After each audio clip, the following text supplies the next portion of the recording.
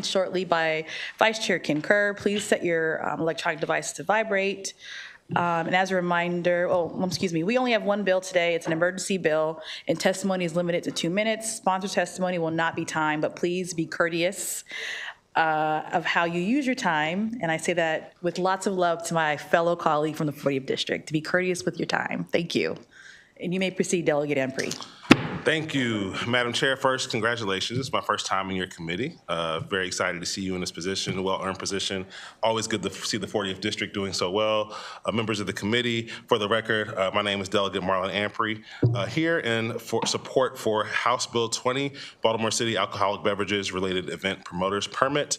This is an emergency bill given that the tournament that we host here in Maryland, and we're so thankful that the CIAA will be now extended further for 3 more years here in Maryland, here in Baltimore.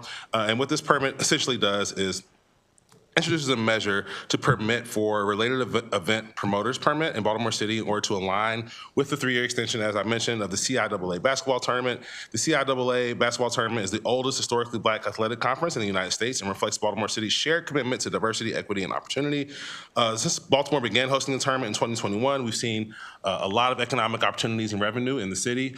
We've seen many of guests who have come to Baltimore have now said, after years of the event being hosted in Charlotte, they say Baltimore has been the better host. They've had a great time. And part of the hosting opportunities that we have is that there are myriad events that take place in other spaces that are not necessarily restaurants or bars, whether it's in museum spaces, whether it's in office spaces, where these official events take place. People want to be able to enjoy some alcoholic adult beverages. So what this bill does is it allows for those permits to be acquired during the tournament, and again, within relation to the actual tournament. So no one's going to be able to get a permit for a event taking place in Towson in relation to the tournament. It needs to be in proximity to where the tournament's taking place and within the corridors of where people are staying in hotels and going to the basketball games. So what this bill does is the bill has already been passed. You all have voted on it before. It's passed in 2019. It was then extended again in 2023, and we're asking for an extension for the next into June 30th, 2029, given that we were awarded the CIAA tournament most recently. So again, I want to be quick with my time. If you have any questions, I would ask that you share them with me, of course, but also I have with me today Kareem Swinton from the interim president and CEO from Visit Baltimore. And with me here is Michelle Wurzberger, Deputy Executive Secretary of the Board of Liquor License Commissioners for Baltimore City. She'll be able to give more details of what the licenses do and how they work. But ultimately, this is a great economic tool for the city to create more opportunities and revenue. And again, we've already done this before. It's just a matter of us extending it into 2029. So thank you all so much for your time. And I will lend it over to my witness. Yes, thank you. Good afternoon, Madam Chair, members of the committee. For the record, my name is Michelle Wurzberger. I'm the Deputy Executive Secretary for the Baltimore City Liquor Board.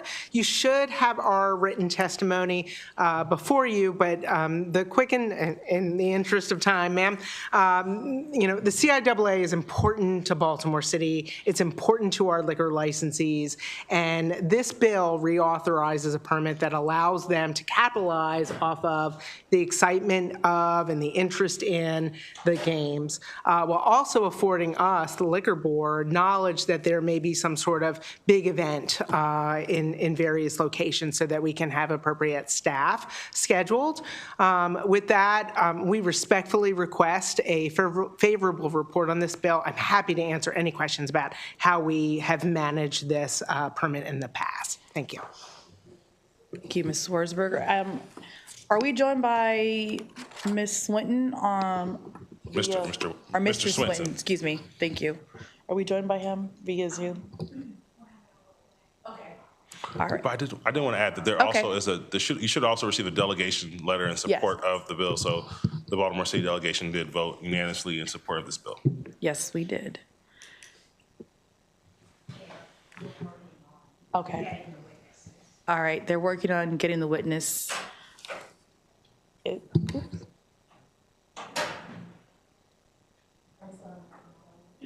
All right, I think we're having some technical challenges. However, I do want to let the committee know in your bill packet on the floor system, you will find a letter from Visit Baltimore addressed from Mr. Swinton and the rest of the Visit Baltimore team. So I hope that perhaps might suffice.